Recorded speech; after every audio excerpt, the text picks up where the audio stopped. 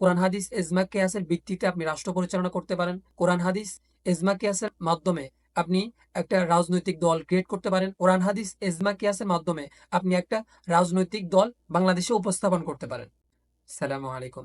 ইসলামী ধর্মভিত্তিক রাজনীতি as a মুসলিম হিসেবে আমাদের জন্য অত্যন্ত গুরুত্বপূর্ণ একটা বিষয়।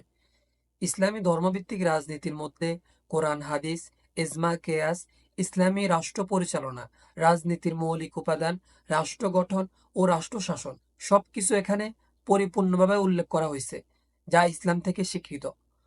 ধর্মভিত্তিক রাজনীতি না ধর্ম নিয়ে রাজনীতি, কোনটা আমাদের জন্য অত্যন্ত গুরুত্বপূর্ণ। পৃথিবীতে একটা মাত্র গ্রন্থ, যেই গ্রন্থের মধ্যে আল্লাহ তাআলা রাষ্ট্র পরিচালনা করার জন্য যা যা কিছু প্রয়োজন তিনি সবকিছু সেখানে সরবরাহ করছে আমাদের জন্য। ইসলাম একটা পরিপূর্ণ জীবন ব্যবস্থা। এই জীবন ব্যবস্থার মধ্যে রাষ্ট্র, মানব জীবন, সমাজ ব্যবস্থা পরিচালনা করার জন্য যা যা কিছু প্রয়োজন আল্লাহ তাআলা সবকিছু এখানে উল্লেখ করছে। কল্যাণমুখী ইসলামী রাজনীতি শুধু মুসলমানদের জন্য না। কল্যাণমুখী ইসলামী রাজনীতি কোনো নির্দিষ্ট ব্যক্তি, কোনো নির্দিষ্ট গোষ্ঠীর জন্য না। কল্যাণমুখী ইসলামী রাজনীতি সমস্ত উম্মার জন্য। কল্যাণমুখী ইসলামী রাজনীতি সমগ্র জাতির জন্য। ইসলামী ধর্মভিত্তিক রাজনীতি আপনি করতে পারেন। ইসলামী ধর্মভিত্তিক রাজনীতি আমাদের জন্য অত্যন্ত গুরুত্বপূর্ণ একটা বিষয়।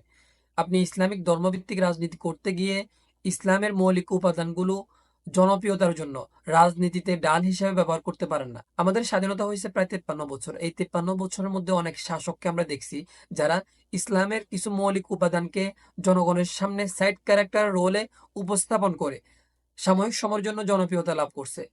আপনি উদাহরণস্বরূপ হোসেন মোহাম্মদ এরশাদকে দেখতে পারেন। তার শাসনামলে শুক্রবারকে ছুটির দিন করা, রাষ্ট্রধর্ম ইসলাম করা, এই বিষয়গুলো আপনার মনে হয় কি গতানুগতিক হয়ে গেছে? এই বিষয়গুলো যদি আপনি একটু অবজারভেশন করেন তাহলে দেখবেন এই বিষয়গুলো তিনি করছে কেন? বাংলাদেশের মেজরিটি পার্সেন্ট মুসলমানদের থেকে তার জনপ্রিয়তা অর্জন করার জন্য তিনি এটা করছে। এটা যে শুধু বাংলাদেশে হয়েছে এমনটা না।